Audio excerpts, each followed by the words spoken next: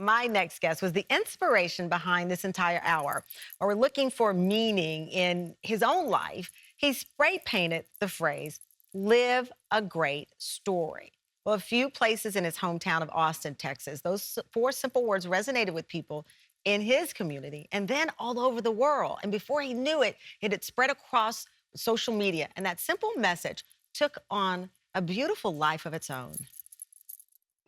Live a Great Story started really when I booked a one-way trip to Europe, and I ended up traveling for 7 months. It was really cool to talk to people from different parts of the world and realizing we're all trying to live a life that we can be proud of. Shortly after that trip, I grabbed a can of spray paint and spray painted Live a Great Story on a pretty heavy pedestrian walkway here in Austin. And people just started taking photos of it, and it started spreading through Instagram. So I made some stickers, made some shirts, and just started passing them out.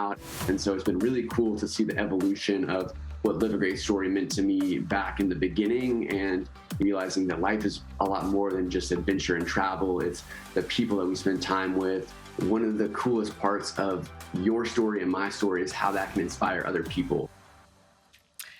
Tam fam, please welcome Zach Horvath to the show from Austin. Zach, I'm already crying. I just think it's so beautiful, and the intention of it does require us to reflect. How do you live a great story? At the time, you pointed out you were feeling lost, returning from your trip, and all of a sudden this message, you spray painted it. Was it like an epiphany? How did the words come together? How did the phrase come together? Yeah, the first time Live a Great Story popped up was actually while I was traveling, and I was journaling and I was writing and drawing and all sorts of stuff in my notebook. And I just wrote the phrase Live a Great Story, and it really just resonated with me. And so that's when the first time it came out, and then it just kind of kept popping up like towards the end of my travels, coming back and reflecting on what I learned and the whole experience. And so, yeah, that's when I was like, I really like this for me, and it inspires me. Maybe I can share it with some people. And that's kind of how the spray paint happened. Well, you know, we pointed out starting your hometown, Austin. I'm from Luling, Texas, which is right outside of Austin. You started to see the message, though, internationally. What was that first moment like when you saw, wait a minute, this is not just in Hill Country, this is not just in Austin, this is outside of my whole world?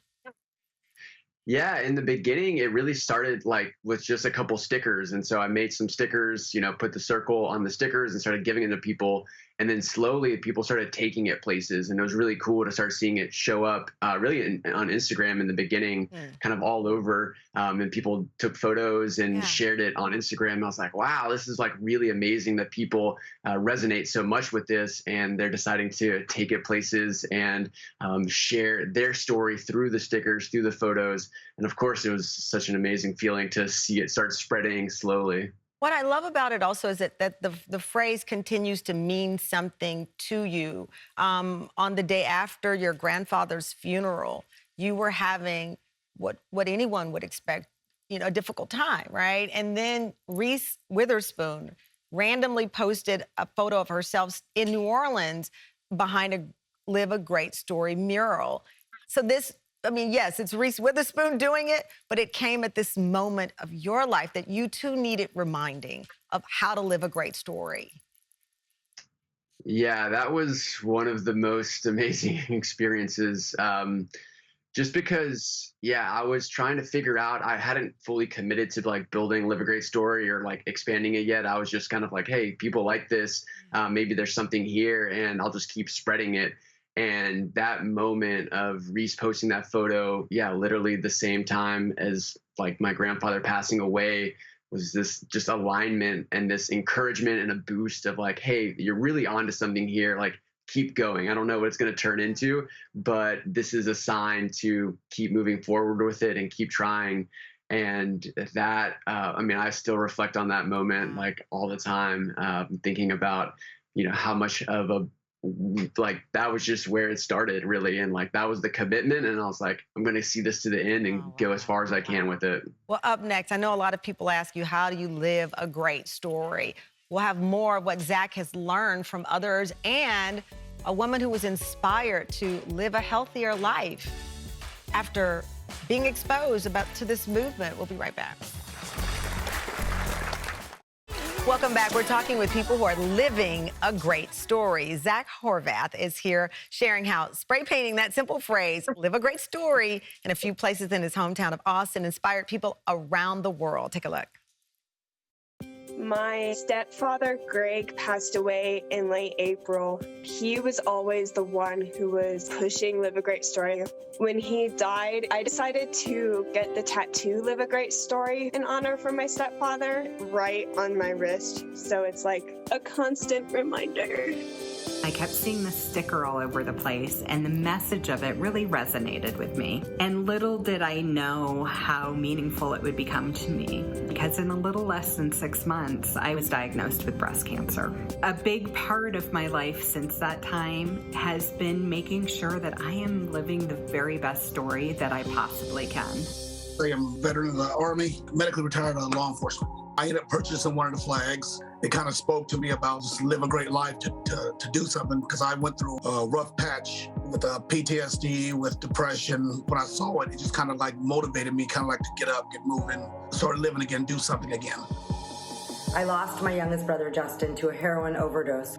When I sent out the letter thanking people for coming to his services, I included a Live a Great Story sticker, and I implored people to live a great story while they still had the chance. 4 powerful words. The man behind Live a Great Story phenomenon, Zach Horvath, is still with us. Zach, as I said before the break, I'm sure people ask you all the time, how do I live a great story? It seems that there's no real answer to it, but there has to be an intention. Yeah, I think the cool part is that live a great story is a verb, an adjective, and a noun. And so when we kind of dive into what that means for us and start thinking about, like, what does it actually mean to live? How do we define great, and what's the story and the legacy that we're going to pass on? You can kind of start thinking about what that means for yourself. And so it's kind of a great starting place to start thinking about it. And then also talking with other people, I think, is one of the coolest parts that, you know, when you're wearing a shirt or stickers or buttons or flags, it sparks this conversation about, like, what is your story? And being able to have that dialogue with someone else, sharing your story, listening to someone else's, creates a really amazing space to start thinking about it for yourself. You mentioned sharing stories. We heard from Jennifer Fox in that series that we just played. She was featured. Jennifer lost both her mother and brother, both of whom struggled with addiction almost a year after one another. And she's with us now. Jennifer, are you there? I am, yeah. Thank you so much for joining us. I mean, you've been through so much, and this was transformational for you in a grieving process of how to live a great story. It was, yeah, it really was.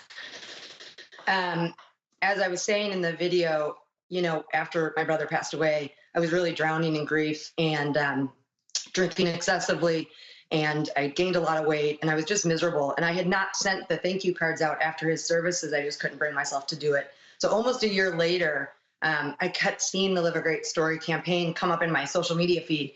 And so I clicked on the link one day and to get a sticker for my own laptop. And then I had this idea at the beginning of November, so almost a full year after he had passed, that I should send out the thank you cards to everyone who attended his services.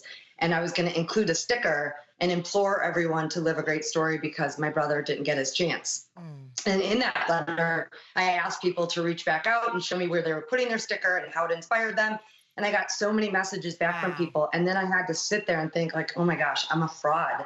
I am not living a great story of my own here. I'm trying to inspire other people, and I'm, you know, I was just a mess. So I decided at the end of 2019 that I was going to change that in honor of my brother.